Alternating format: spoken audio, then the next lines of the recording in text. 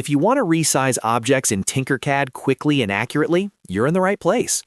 In this video, I'll walk you through the easiest ways to change the size of any object, whether you want to make it wider, taller, or perfectly proportional. This is a simple skill, but once you understand it, you'll save a lot of time when designing in Tinkercad. And if this tutorial helps you out, don't forget to hit the like button and subscribe for more easy software tutorials just like this. Let's start with the basics. First, click on the object you want to resize. As soon as you select it, you'll see different handles appear around the shape. These handles are what you'll use to adjust the size of the object. Tinkercad makes this process visual and beginner-friendly, so you can resize items without needing complicated menus. Now let's talk about the white corner handles.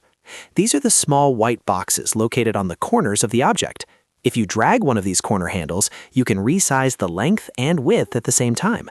This is the quickest way to make the object larger or smaller in multiple directions. It's especially useful when you want to keep the overall shape balanced while adjusting its footprint on the workplane. Next are the black side handles. You'll find these on the sides of the object.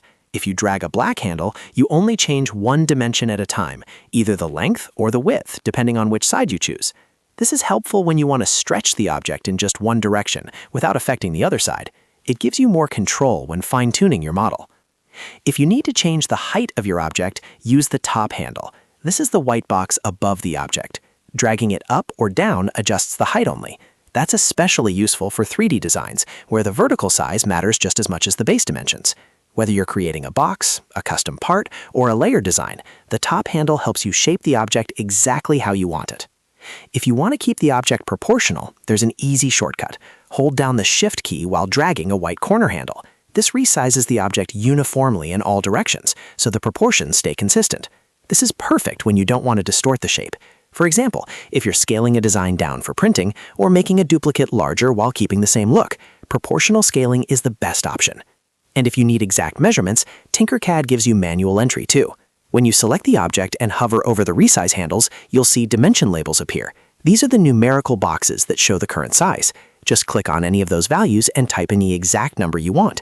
This is the most accurate method if your project needs precise dimensions, and it's great for designs that must fit together perfectly. So to quickly recap, click the object to select it, use the white corner handles to resize length and width together, use the black side handles to change one dimension at a time, use the top handle to adjust height, hold Shift for proportional scaling, and click the dimension labels for exact manual sizing. Once you get used to these tools, resizing in Tinkercad becomes fast, simple, and very precise. If this video helped you learn how to resize objects in Tinkercad, please give it a like, subscribe for more beginner-friendly tutorials, and let me know in the comments what you want to learn next. Thanks for watching, and I'll see you in the next video.